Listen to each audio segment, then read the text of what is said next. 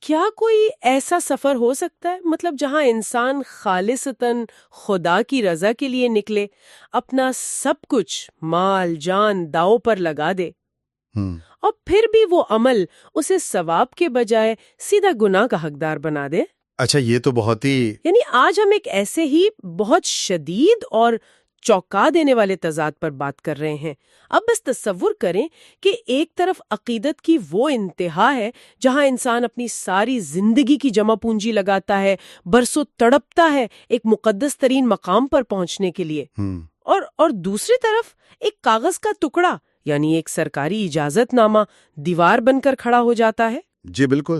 دیکھیں، یہ واقعی ایک ایسا موڑ ہے جہاں ہمارے انسانی جذبات اور ریاست کے جو قائم کردہ زمینی حقائق ہیں نا، وہ آپس میں بری طرح ٹکرا جاتے ہیں۔ صحیح۔ ہم عام طور پر جب بھی روحانیت کی بات کرتے ہیں تو اکثر یہ سوچ غالب آ جاتی ہے کہ بھئی بس نیت صاف ہونی چاہیے، باقی سب یہ جو دنیاوی ضابطے ہیں یہ بے معنی ہیں۔ ہاں، عام طور پر یہی سمجھا جاتا ہے۔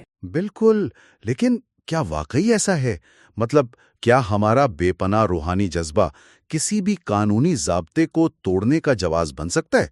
یہ وہ سوال ہے جو بظاہر تو بڑا سادہ سا لگتا ہے، لیکن اس کے جواب میں پوری سوسائٹی کا نظام چھپا ہوا ہے۔ بالکل صحیح کہا آپ نے۔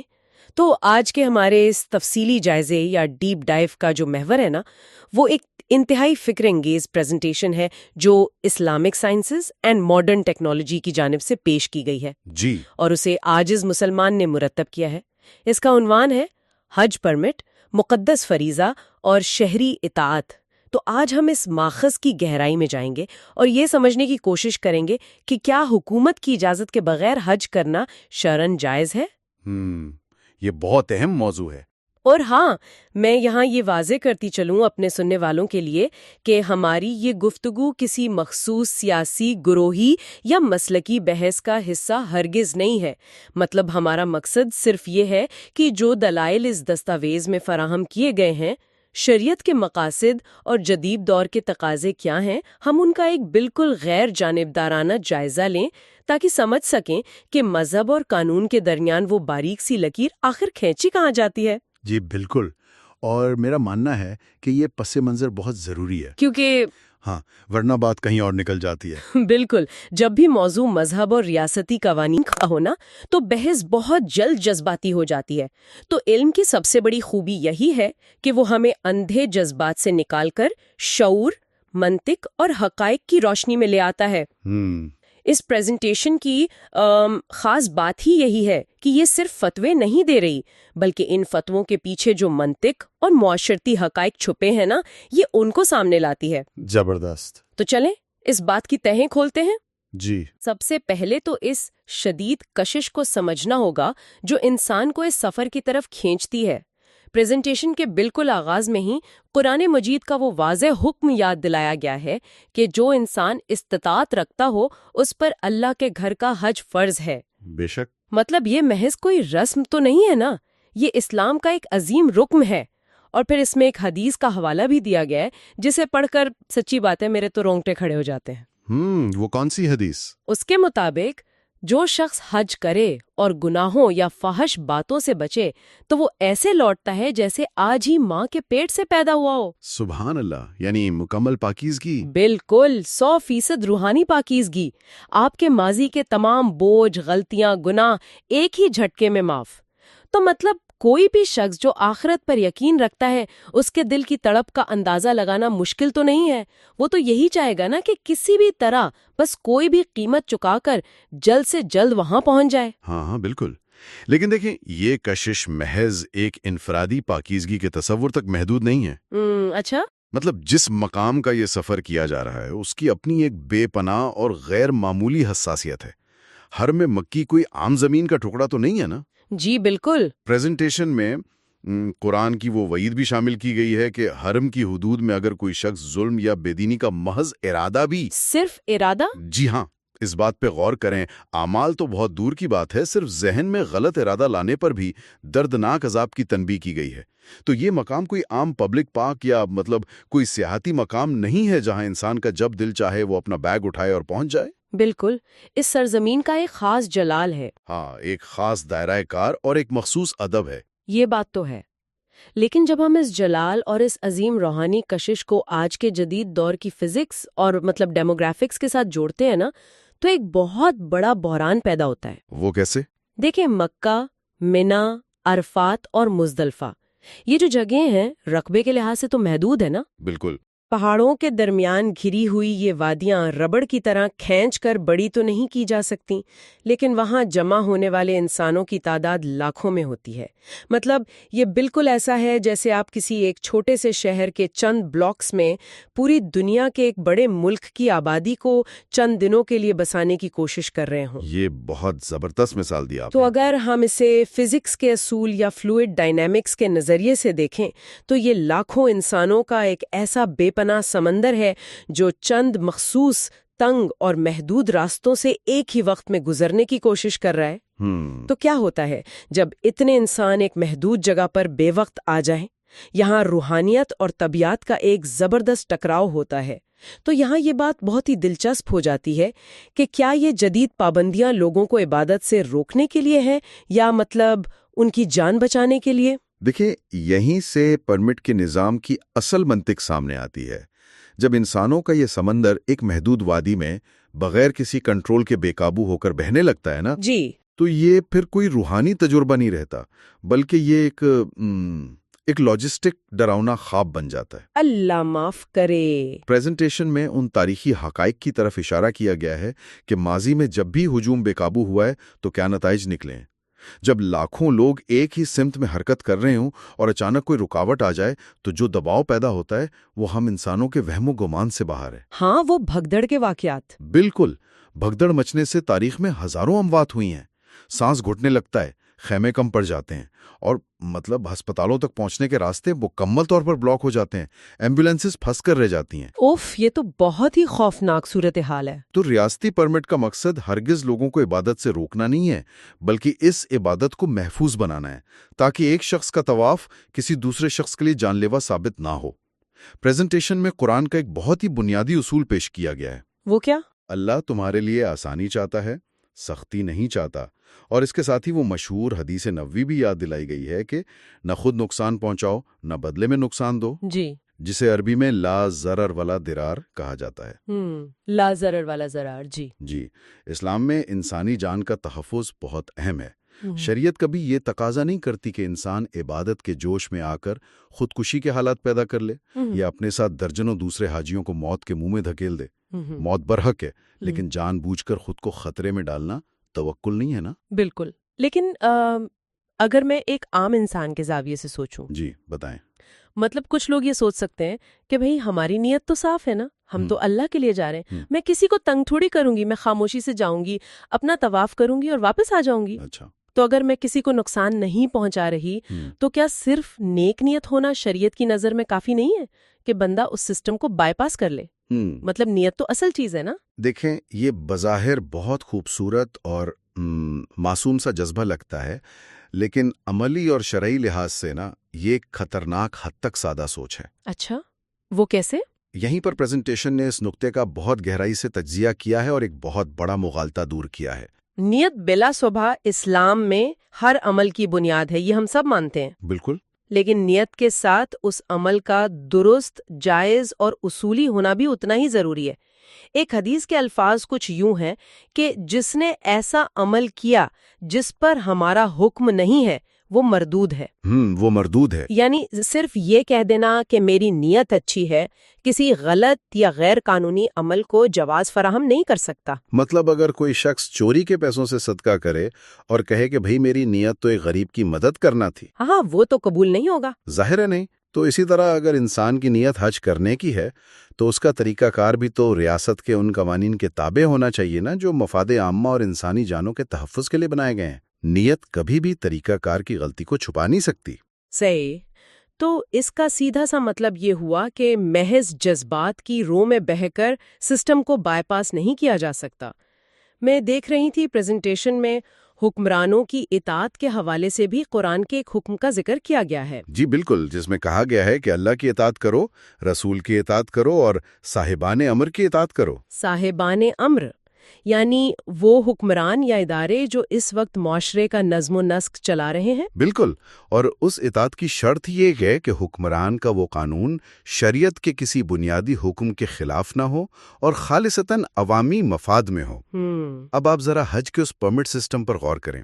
کیا یہ قانون لوگوں کو نماز پڑھنے سے روک رہا ہے، یا کیا یہ قانون خدا کی وحدانیت کے خلاف ہے؟ نہیں، بالکل بھی نہیں۔ یہ قانون تو صرف اس لیے بنایا گیا ہے کہ جو لوگ وہاں پہنچیں وہ بے حفاظت طواف کر سکیں، بے حفاظت عرفات پہنچ سکیں اور زندہ سلامت اپنے گھروں کو لوٹ سکیں۔ جی، یہ خالصتاً عوامی مفاد کا قانون ہے۔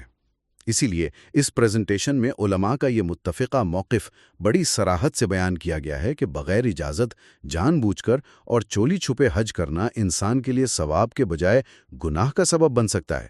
گناہ کا سبب؟ یہ لفظ تو واقعی ذہن کو جھنجھوڑ دینے والا ہے۔ مطلب ایک شخص جو اپنا مال خرچ کر رہا ہے، سختیاں برداشت کر رہا ہے، اور وہ یہ سوچ کر جا رہا ہے کہ وہ زندگی کی سب سے بڑی نیکی کر رہا ہے، اور یہاں بات گناہ تک پہنچ رہی ہے۔ یہ تو ان لوگوں کے لیے ایک بہت بڑا نفسیاتی جھٹکا ہوگا جو چور راستوں سے حج پر جانے کو ایک ایڈونچر یا بہادری سمجھتے ہیں۔ دیکھیں، اسے ذرا اس زاویے سے دیکھیں۔ جب کوئی شخص بغیر پرمٹ کے وہاں پہنچتا ہے تو وہ دراصل کر کیا رہا ہوتا ہے؟ آپ تصور کریں، ایک حاجی ہے جس نے 10 سال تک اپنی پائی جمع کی، تمام قانونی کارروائی مکمل کی، میڈیکل ٹیسٹ دیے۔ ہاں، وہ پوری لمبی پروسیسنگ، بالکل۔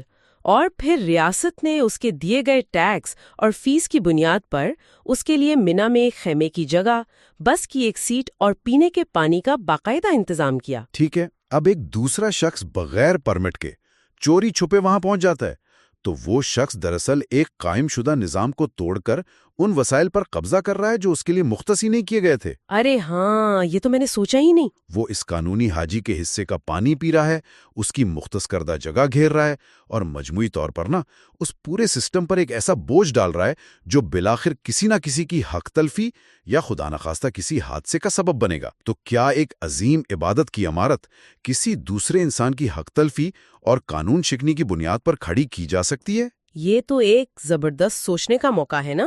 مطلب حق تلفی صرف کسی کی جیب سے پیسے نکالنے کا نام تو نہیں ہے نا؟ بالکل نہیں۔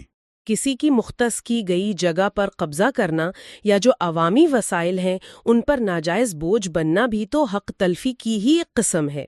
ہم تو عام طور پر تقویٰ اور پرہیزگاری کو صرف انفرادی عبادات، سجدوں، رونے دھونے اور دعائیں مانگنے تک محدود کر دیتے ہیں۔ ہمارے نزدیک تو جو زیادہ رو رہا ہے وہ زیادہ متقی ہے۔ ہاں، اور درحقیقت پریزنٹیشن اسی محدود سوچ کو چیلنج کرتی ہے۔ اس سے ایک بہت اہم سوال جنم لیتا ہے کہ حقیقی تقویٰ کیا ہے؟ کیا ہے؟ تقویٰ کا مفہوم بہت وسیع اور بہت زیادہ سماجی ہے۔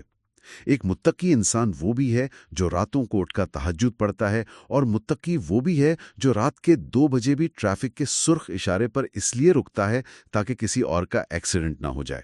کیا بات ہے، بالکل صحیح۔ اور وہ شخص بھی متقی ہے جو حج پرمٹ کے قانون کی پابندی اس لیے کرتا ہے تاکہ کسی دوسرے حاجی کی زندگی اجیرن نہ ہو جائے۔ تقویٰ اور یہ جو نظم و ضبط اور سماجی ذمہ داری ہے ان کو الگ الگ کھانوں میں رکھ کر نہیں دیکھا جا سکتا۔ تقویٰ کا تعلق صرف حقوق اللہ سے نہیں بلکہ حقوق العباد کے احترام سے بھی جڑا ہوا ہے۔ اور ویسے اگر میں اس نقطے سے ذرا ہٹ کر حج کے پورے پروسیس پر ہی غور کروں جی، تو یہ پوری عبادت تو ہے ہی سر سے لے کر پاؤں تک مکمل نظم و ضبط کا نام۔ بے شک۔ مطلب احرام کے کپڑوں کے رنگ اور وضع قطع سے لے کر طواف کے وہ جو پورے 7 چکروں کی گنتی ہے، عرفات کے میدان میں سورج غروب ہونے تک کا مخصوص قیام، پھر مزدلفہ میں رات گزارنے کی شرط، اور جمارات پر کنکریاں مارنے کی وہ جو مخصوص ٹائمنگ اور طریقہ کار ہے۔ ہاں، سب کچھ طے شدہ ہے۔ یہ سب کچھ ایک ملٹری طرز کے ڈسپلن کی طرح کام کرتا ہے۔ تو ایک ایسی عبادت جس کا مقصد ہی انسان کو ڈسپلن سکھانا ہے، جس کی بنیادی قاعدے اور قانون پر رکھی گئی ہے، اس میں انتشار، بد نظمی یا چوری چھپے داخل ہونے کی گنجائش کیسے نکل سکتی ہے؟ یہ تو حج کی اصل روح اور اس کے اسپرٹ کے ہی مکمل طور پر خلاف ہو گیا نا۔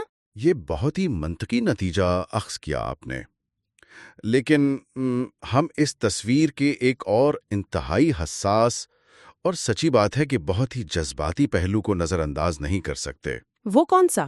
پریزنٹیشن نے بھی اس پہلو کو بہت ہمدردی سے بیان کیا ہے فرض کریں ایک انسان یہ سب کچھ سمجھتا ہے، وہ قانون کی دل سے پابندی بھی کرنا چاہتا ہے، اور اس کے دل میں برسوں سے کعبہ دیکھنے کی سچی تڑپ بھی ہے، جی، لیکن وہ کیا کرے اگر مسلسل قرآن دازی میں اس کا نام ہی نہ نکلے، یا پرمٹ کی فیس اتنی بڑھ جائے کہ اس کی عمر بھر کی جمع کی ہوئی کمائی بھی کم پڑ جائے؟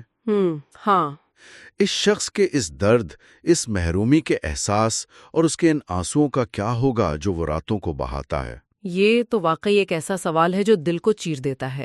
مطلب ہم نے اپنے ارد گرد ایسے بے شمار لوگ دیکھے ہیں کہ جو ساری زندگی صرف اس امید پر جیتے ہیں، اپنے محلے والوں سے دعائیں کرواتے ہیں، بالکل۔ اور پھر جب وہ نہیں جا پاتے تو انہیں لگتا ہے کہ شاید خدا ان سے ناراض ہے، شاید وہ بلائے جانے کے قابل ہی نہیں تھے، ان کا دل ٹوٹ جاتا ہے۔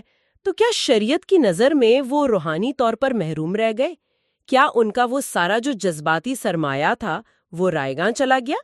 دیکھیں، پریزنٹیشن اس مقام پر قرآنی تسلی کا ایک ایسا حوالہ دیتی ہے نا جو کسی بھی ٹوٹے ہوئے دل کو جوڑنے اور اس پر مرہم رکھنے کے لیے کافی ہے۔ اچھا، قرآن مجید کا بڑا ہی واضح فرمان ہے کہ اللہ کسی جان کو اس کی طاقت سے زیادہ مکلف نہیں کرتا، یعنی اللہ کسی انسان پر اس کی استطاعت سے زیادہ بوجھ نہیں ڈالتا، اور نہ ہی اس سے وہ سوال کرتا ہے جو اس کے اختیار سے باہر تھا۔ بے شک۔ اگر ہم اسے وسیع تر تناظر میں دیکھیں نا تو یہ اسلام کی سب سے بڑی خوبصورتی اور اس کا کمال ہے کہ یہ ایک بے حد عملی، منطقی اور حقیقت پسندانہ دین ہے۔ جی، الحمدللہ۔ جو شخص قانونی مجبوری، قرآن دازی میں نام نہ آنے یا مالی وجوہات کی بنا پر پرمٹ حاصل نہیں کر سکتا، وہ شریعت کی نظر میں مکمل طور پر معذور ہے، اس پر رتی برابر بھی گناہ نہیں ہے، اور سب سے بڑھ کر یہ کہ اسے کسی بھی قسم کے احساس جرم یا شرمندگی میں مبتلا ہونے کی قطعاً کوئی ضرورت نہیں۔ یعنی اسلام انسان کو کسی بند گلی میں دھکا نہیں دیتا کہ بھائی ہر حال میں یہ کام کرو ورنہ تم ناکام ہو۔ بالکل نہیں۔ پریزنٹیشن کا یہ پیغام واقعی بہت گہرا ہے کہ خدا انسانوں کے دلوں کے حال اور ان کی نیتوں کی سچائی کو جانتا ہے۔ اگر کسی انسان کا ارادہ سچا تھا، اس نے ایمانداری سے کوشش کی، لیکن مجبوری اور قانون آڑے آ گیا، تو صبر اور اس تڑپ پر بھی اجر کی بشارت دی گئی ہے۔ سبحان اللہ۔ اور یہ کوئی چھوٹی بات نہیں ہے۔ بسا اوقات انسان کی وہ سچی تڑپ اور قانون کی پاسداری کرتے ہوئے کیا گیا وہ جو صبر ہے نا، وہ اسے وہ روحانی درجات دلا دیتا ہے جو شاید وہ جسمانی طور پر وہاں جا کر بھی حاصل نہ کر پاتا۔ کیا بات ہے! کون جانتا ہے کہ یہ صبر مستقبل میں اس کے لیے حج مقبول کی ایسی راہیں کھول دے جو اس کے اور اس کے خاندان کے وہم و گمان میں بھی نہ ہوں۔ شریعت بس یہ بتاتی ہے کہ ایمانداری سے کوشش کرو، صحیح اور قانونی راستے کا انتخاب کرو، اور اگر راستہ بند ہے تو یقین رکھو کہ وہ رکاوٹ بھی اسی مالک کی مصلحت ہے۔ بالکل، اور اس مصلحت پر راضی رہنا بھی تو عین عبادت ہے نا؟ جی بالکل۔ تو اس سب کا اصل مطلب کیا ہے؟ مطلب اگر ہم اس ساری گفتگو کے دھاگوں کو ایک ساتھ جوڑیں تو جو حتمی تصویر ابھر کر سامنے آتی ہے نا، وہ یہ ہے کہ حج جیسی بے مثال اور عظیم الشان عبادت نظم و ضبط اور قانونی پاسداری کے بغیر نہ صرف نامکمل ہے بلکہ دوسروں کے لیے خطرناک بھی ہو سکتی ہے۔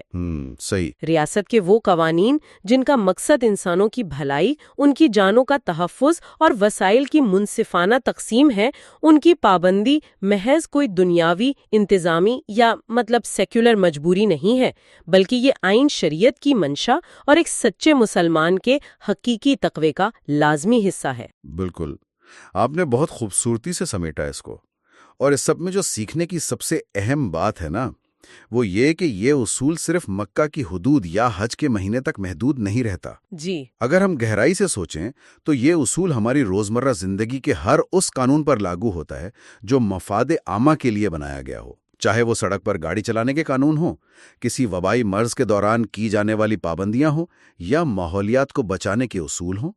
یہ تو بہت ہی عملی بات ہے۔ ایک مہذب، قانون پر عمل کرنے والا شہری ہونا اور ایک سچا مسلمان ہونا، یہ دو الگ الگ یا متصادم چیزیں نہیں ہیں۔ آپ اپنے معاشرے کو نقصان پہنچا کر یا دوسروں کی حق تلفی کر کے ایک اچھے مسلمان نہیں بن سکتے، اور آپ ریاستی قانون کی پاسداری کیے بغیر کبھی بھی اپنے تقوی کے دعوے میں سچے نہیں ہو سکتے۔ یہ واقعی ایک ایسا سبق ہے جو ہماری سوچ کے کئی بند دروازے کھول دیتا ہے۔